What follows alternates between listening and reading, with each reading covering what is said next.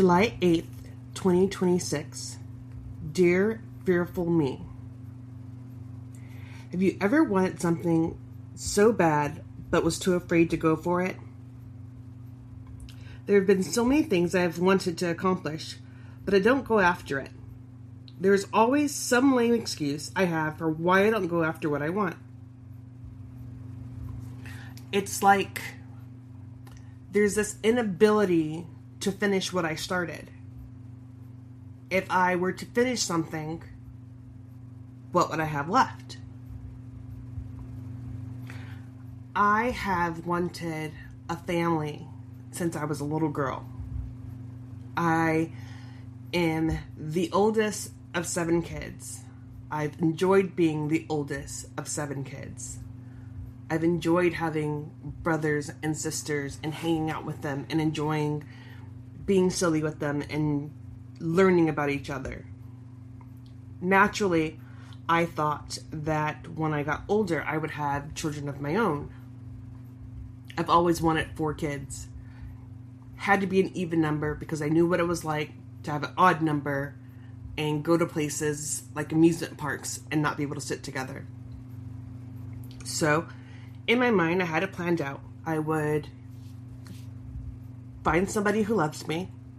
I would get married. Our love would be so encompassing that through that love, we'd create a family. We'd have these children that we would love and adore and teach. We would help them grow. Except that's not what happened.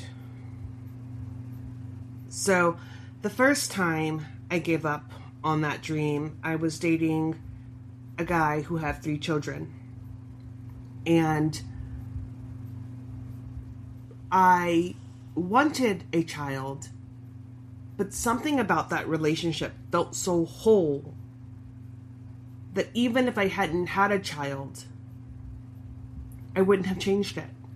That family felt like my family. I felt like I belonged there. And then, of course, because I messed that up. So, I mess it up, I walk away, I start over.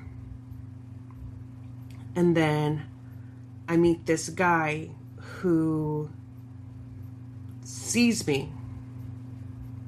And I don't know why he sees me. I don't know why he gets me. I don't know why he talks to me. But it's a choice that he's made and he has stuck with for years. And he continues to see me even when I hate what I look like. But I convinced myself that also wouldn't work because he didn't want what I wanted the way that I needed it and how quickly I needed it. So clearly that wasn't going to work. So I end up in this relationship. And I decide that at that point I'm done with relationships in a romantic way, that I just want to have a contract where we both want the same things and the same goals, and we go from that thought process. So I get with this guy and we decide that's what the case is, and we make plans to get married, and he moves to Kansas because I was living in California, and I move out here with him, and that goes horribly. The day before our wedding, he shows up and says he thinks we should wait because his sister-in-law. Okay, well, you end up with your sister-in-law and I'm going to walk away because that hurt. It hurt. But I stayed in Kansas because, well, life is cheaper and I could actually afford to take care of myself and still vacation and enjoy my life. So I continue on and I meet my husband. And when I met him, he also had 3 children. And he was very family oriented and very into raising these kids, although biologically 2 of them were not his. I love that. I love that he was able to do that and that he wanted to do that because those kids were his regardless of how they became a part of his life. And so we start off and we're this family of 5 and it's all going extremely well, but even in that, I yearned to have my own kids, which wasn't the same thing I had with the first relationship with the guy who had 3 kids. This is somehow different. I don't feel as complete. I don't feel as welcomed. I don't feel whole. I feel like there's something missing. And I remember having many conversations with my husband before we got married, when we were just dating, and we had not necessarily rules, but we had goals that most people didn't understand. So for me, it was, hey, if we are 2 years into this relationship and we still can't figure out if we want to get married, I'd like to walk away. I think that you could know whether you want someone to be in your life forever in a 2-year time span. I knew that I wanted a forever, and I knew that I wanted a family, and I didn't want to watch all those years go by just dating someone. So that was my thought process, and he agreed to that. And we sat down and we talked about what cheating looked like and what our intimacy level would need to look like, because we were both very active people. Like, we both enjoy the physical side of the relationship. And I don't mean like kissing and touching and being lovey-dovey. I mean the actual act of making children. We both really enjoy it. And so that was a big deal in our relationship. We discussed what that looked like. And then I let him know that I wanted to have children before I turned 35. Really important to me. Know I was getting older. Didn't want to put myself in a position where I still couldn't have kids. So I had that conversation with him. Hey, I'm not getting younger. I'm really worried about it. I'd like to have kids by the time I'm 35. And he was, okay, yeah, I'm on board with that. That sounds good. Great. And then I turned 35, and that's not the case.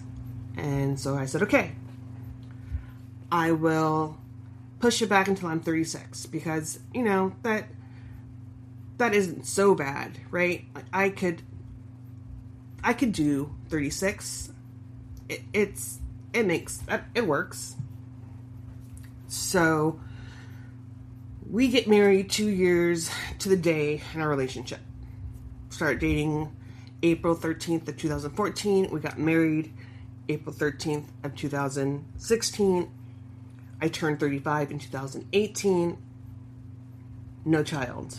I turned 36 in 2019 and no child. And it's not from my lack of wanting. My husband was previously married, and in his previous marriage, he had a child with his first wife and then promptly got a vasectomy.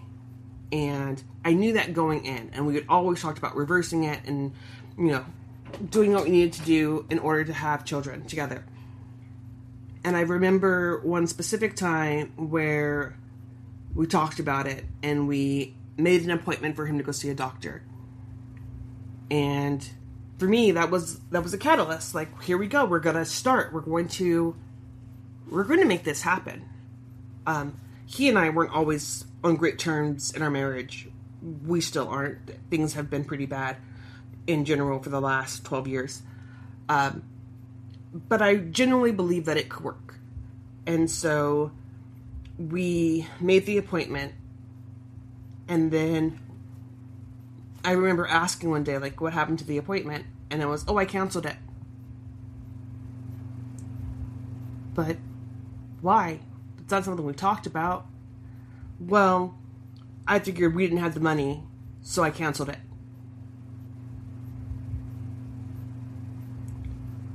Oh. Okay. okay. Feels like that was a pretty big decision that should have been made between the two of us. But, his body, his choice. And so he made the decision. And ever since then, it's been, yeah, I still want kids. Yeah, no, we can still have kids together. But the conversation never goes further than that. So, I know when I'm just being told what I want to hear to just kind of pass the time. Now, this year in September, I'll be 43, and I have never been pregnant. I've never tried to get pregnant. Don't even know if my body would work to get pregnant. Something that I wanted so badly, that decision was taken from me, and I came up with another solution. I tried to figure something else out. So it was okay, well, I would really like to have kids. And I'm not against fostering, and I'm not against adopting. I have fostered, I still foster. And we've talked about adopting our children that we have fostered. So that's not an issue. And they, to me, are just as much as my family as anybody else's. But I wanted to experience being pregnant and giving birth. I needed, in my head, to have that experience. I needed the love between my husband and I to be so big that we created life. And I recognize how fairy tale-ish that sounds. And I recognize where I set myself up to fail. But that was the idea. And so when that didn't happen, I asked, okay, so are we comfortable with trying other ways, trying other avenues? He said yes. And so then we began to think of other ways to pull this off. Do we seek a donor? What do we do? And somewhere in there, we decided to go with the idea of me getting pregnant by one of my best guy friends. And it didn't make a whole bunch of sense. I felt like I was being offered up on a platter to somebody, and I don't think that's how my husband meant it. It's just how I felt. And I say, okay, I guess I'm okay with that if that means that I get the child that I want. And despite having made that decision, nothing has happened with that. Nothing's come of that. And I don't know if that would have went well anyways. Realistically speaking, that sounds insane that I would be carrying my best friend's child and somehow my husband would be on board with raising him. Although in my husband's eyes, that doesn't make him less his child, but he also acknowledges that there may be times throughout the years that he brings it up in hurt or upsetness that I had a child by somebody else. And that was odd, because you don't get to agree to something and then be upset by it. But he's done that before, and I knew that. But again, wanting what I wanted, I was trying to figure it out. And in the end, I just gave up.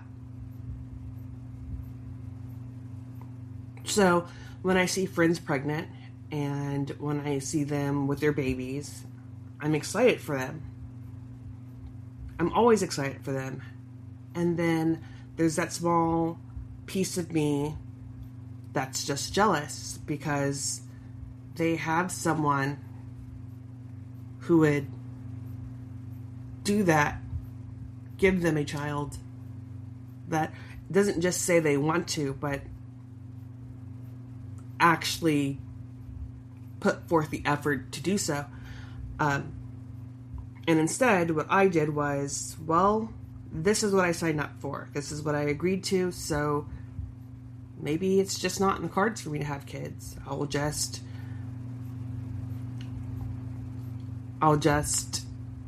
accept it. So then there's my education.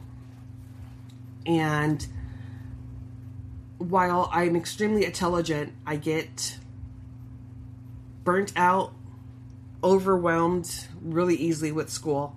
I get bored.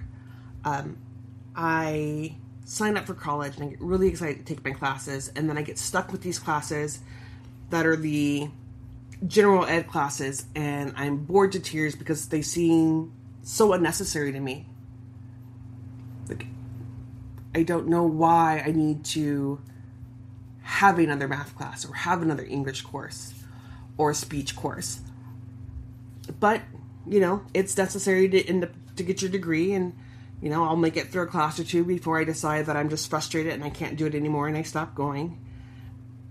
And then at some point in time, I'll convince myself to go again, and then I'll stop going. I've wanted my degree, my master's degree in psychology forever. I love understanding how people's brains work. I love understanding people, and what better way to do that than to study the science of knowing people. And I was enrolled in school here just a little bit ago, and I was started off strong. Like, I can do the work.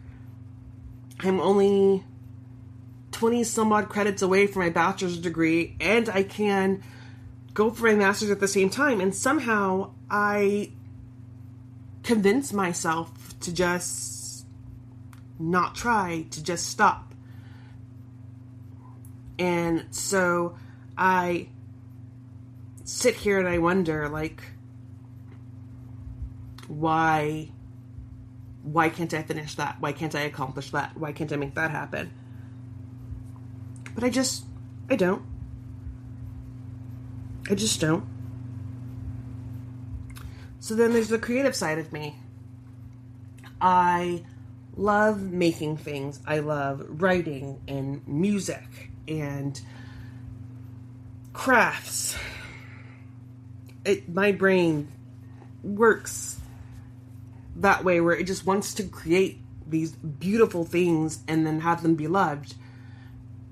And so I start on projects where I'm creating these beautiful things that I love, and then again I just stop.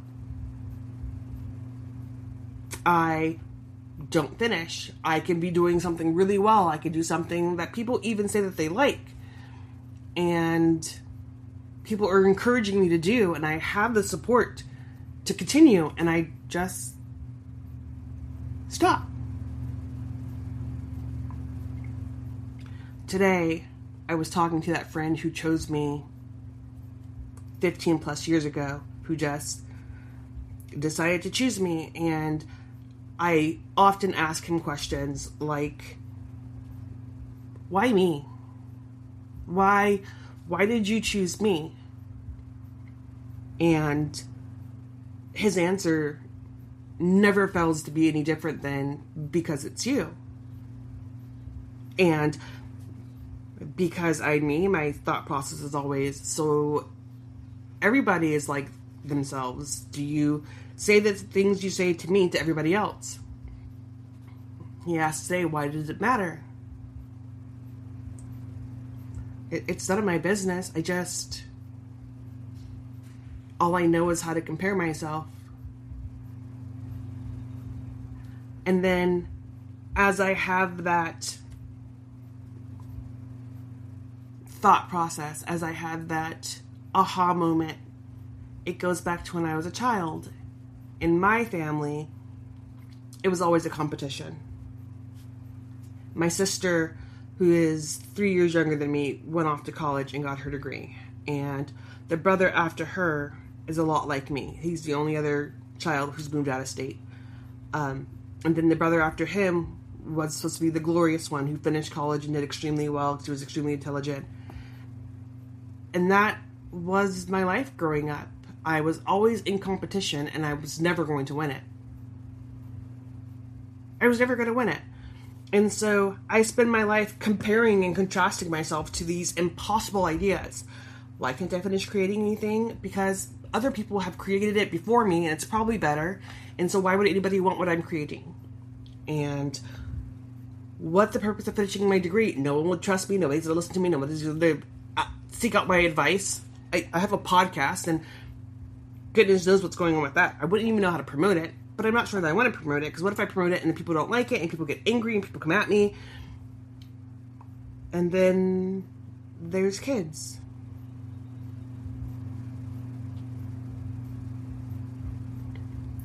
It's not like it was a secret that it was a big deal for me, that it was something extremely important to me. I don't have these boundaries that say, hey, I deserve to get the things that I want. I deserve to get the things that I need. I just hear that somebody else wants something different and see that somebody else wants something different and does something different and say, okay. I have lived my entire life saying, oh, you want this instead? Okay. And I recognize that I'm probably going to get some pushback from this if anyone talks to me about it at all. Because a conversation that my husband and I have had multiple times is that I choose everything. I choose what we eat. I choose what we watch. That is all me. And he's not wrong. I do choose what we eat.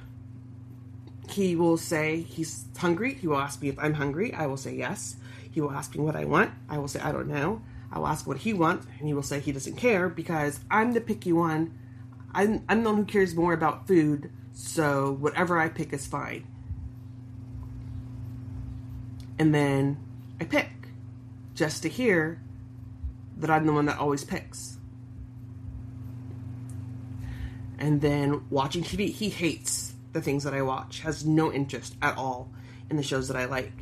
And so that's an issue, because when I'm watching TV, I usually pick what I like to watch, and that bores him to tears. So he'll either A, go do something else and we don't do anything together, or B, he will put on his game face and sit there and put his headphones in his ear and watch things on his phone while I watch TV. But I got to choose what was on TV. The things that I find the most important, I'm afraid to ask for. Because where's it gonna go? I'm not gonna set boundaries to make it happen. I'm not gonna do anything to ensure that I'm getting what I want. I'm just gonna say, well, this is what I deserve, so okay. I don't know where I became so afraid to fight for me, to advocate for me, to say like, hey, I really do need that quality time together. I really do need to hear from you. I really do need romance. I need you to understand the gravity of you making the decision for us to not have kids, and how you disregarded something that was a very firm line for me. I need to be seen, which I feel like is a theme in my journal entries, is that I'm not seen and I'm not heard. And I recognize that a lot of that is because of me. Like, I allow that to happen. I say that I have these boundaries, but they don't actually mean anything, because if I'm not going to stand up for my boundary, then why would anybody else would? And so I just deal with it. I'm afraid to set boundaries because then what if people walk away? What if people decide my boundaries aren't worth it? What if they decide that they would rather walk away from me and being a part of my life than to respect my boundary? And so I don't keep them. I let people make decisions that impact the biggest parts of my life. And just deal with it as quietly as I can. And then when I have emotion about it, I'm being extreme. And I'm just angry, and I just don't see the good things, and I just don't. When in reality, for me, it's that I've given so much of myself up, I don't know what else to give to someone. So I don't know where I go from there.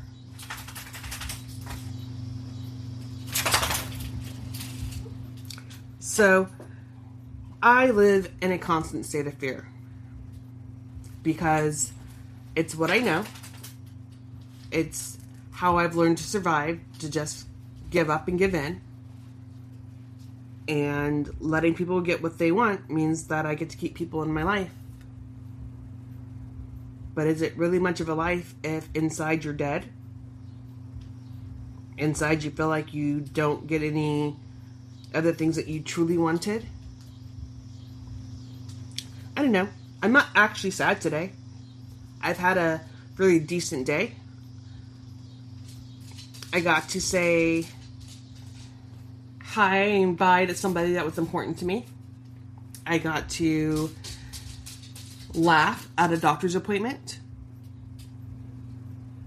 I accomplished things in small ways.